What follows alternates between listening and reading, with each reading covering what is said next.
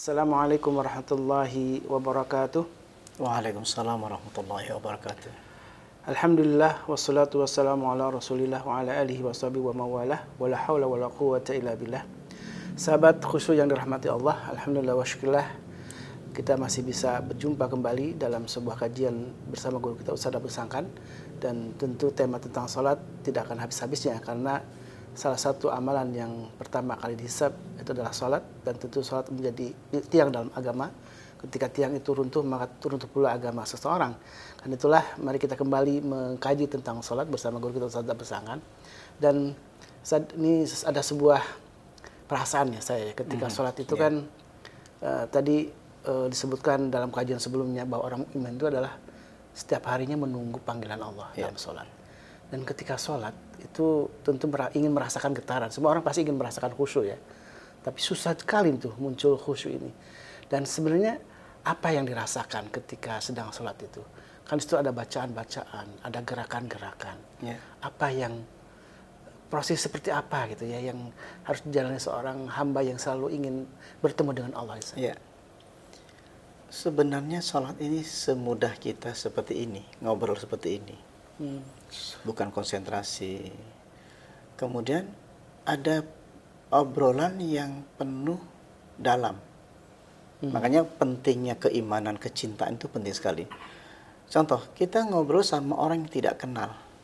Kita dengar suaranya, kita lihat wajahnya, tapi kesambungan obrolannya tidak nyambung. Demikian sama Allah. Bacaannya ada, Al-Fatihahnya sebagai rukun, terus ada surat-surat yang harus kita baca, tapi tidak merasakan apa-apa. Kenapa ini penting sekali kita bahas ini? Karena sangat percuma dan kasihan untuk kita kalau kita hanya berdiri tanpa rasa apa-apa. Sehingga Rasul mengatakan, ya'ti 'alan nasi zamanun yusalluna wa la yusallun. Nanti satu zaman banyak orang sholat tetapi tidak sholat. Ya baca Allah Akbar, berarti tidak Allah Akbar. Ya baca iyyaka na'budu wa iyyaka nasta'in, tapi ia tidak membaca iyyaka na'budu wa iyyaka nasta'in. Ia tidak minta. Sudah terjadi saja? Sudah terjadi terhadap kita. Gitu. Saya ingin mengembalikan bahwa bacaan salat itu merupakan bacaan orang yang beriman. Makanya hubungan. Contoh, saya ingin melihat bagaimana Rasulullah menangis ketika baca inna fi khalqis samawati wal ardi wa ikhtilafil laili wan nahar la ayatin li ulil albab alladzina yadhkuruna Allaha qiyaman wa qu'udan wa 'ala junubihim wa yatafakkaruna fi khalqis samawati wal ardi rabbana ma khalaqta hadza batila subhanaka faqina adzabannar. Ayat ini ayat yang membuat Rasulullah menangis, sehingga Bilal bertanya ke Rasulullah, lima tabki ya Rasulullah, kenapa engkau menangis ya Rasul? Padahal engkau ini adalah dosa-dosanya sudah dimaafkan yang sebelumnya dan akan datang. Makanya Nabi mengatakan fawailul liman qara'aha lam yatafakkar fiha. Maka celakalah orang yang bacanya yang tidak mentafakuri ayatnya. Dan saya ingin mencoba mengorek Rasulullah apa yang dirasakan oleh beliau itu, dan kita mencoba melihat diri kita sendiri. Ternyata kita juga bergetar. Tapi kalau kita bisa rasakan ketika kita baca ayat, apapun yang kita baca, itu kan bahasanya Allah kepada umatnya. Bahasanya Allah kepada Rasulullah, bahasanya Allah untuk kita. Quran kan bahasanya Allah untuk kita. Pada hamba-hambanya ya. Pada hambanya. Dan dikatakan di situ, misalkan, Qul huwallahu ahad. Kita udah diajak untuk masuk ke suasana batin kita, untuk mengunci hati kita untuk bertauhid. Seolah diajak ngobrol sama Allah. Diajak ngobrol dan kita disuruh masuk. Oke. Kul. Katakanlah. Katakan. Kita yang sedang sholat ya. Huwallahu ahad. Katakan.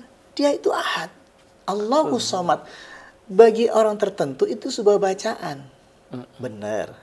Tetapi kita disuruh masuk kepada tauhid. Tauhid itu sifatnya terus menerus. Dan mengunci.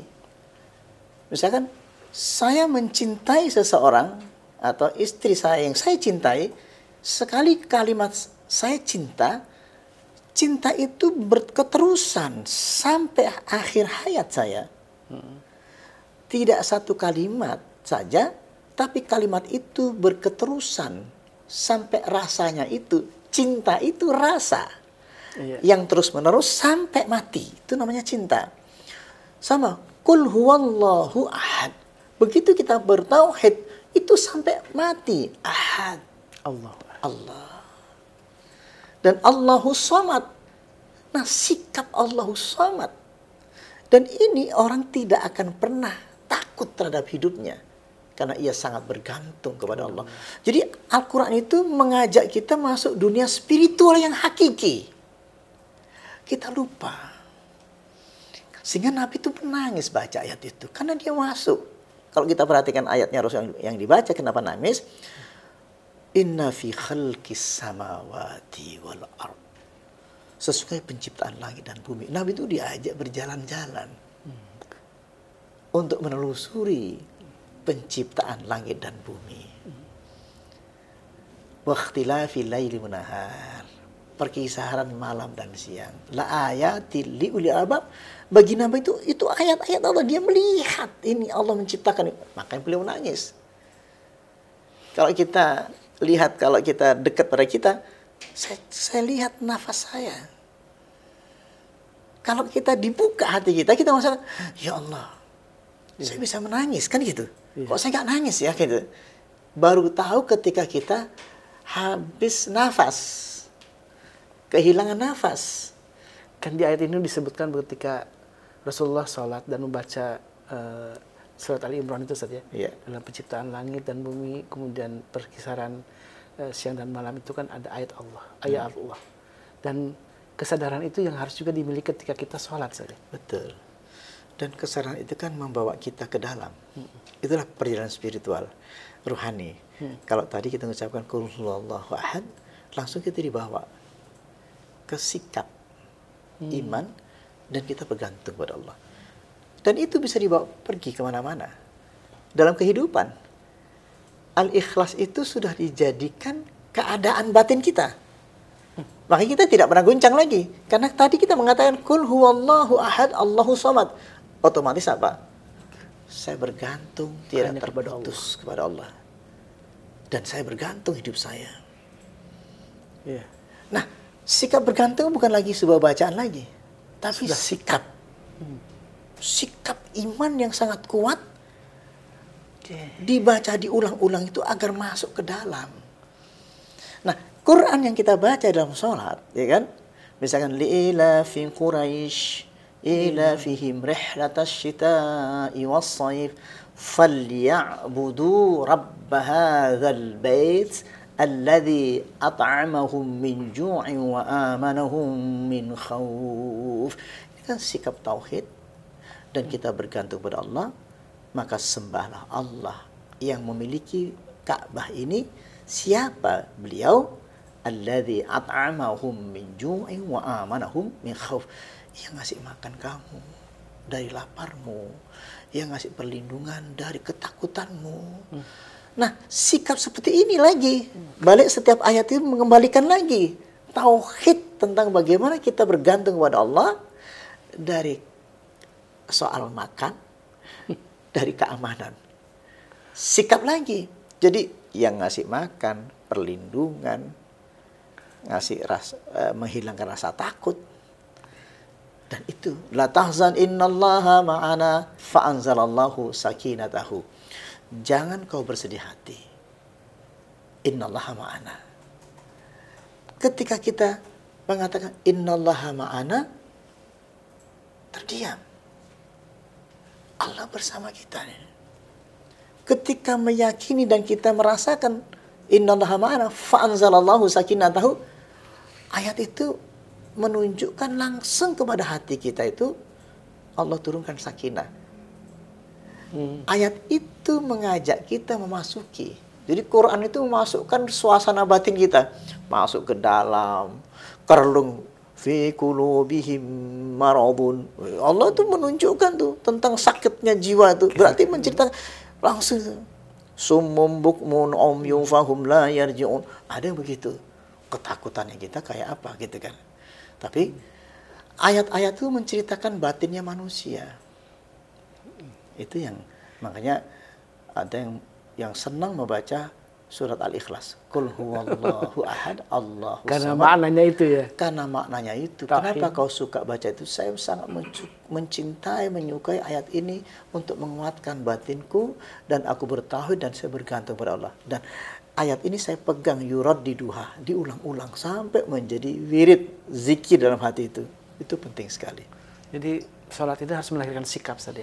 Bagi orang beriman, ketika dia sholat seharusnya sudah dicas kembali, dicas ulang terus.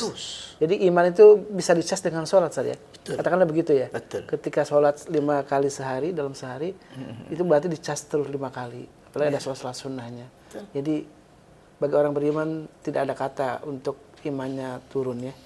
Bagi orang beriman tidak ada kata kemudian tidak lagi istiqomah ya. Karena dicas terus dalam sholatnya, dalam bacaan-bacaan Qur'annya. Dan saya menarik bahwa sholat harus melahirkan sikap.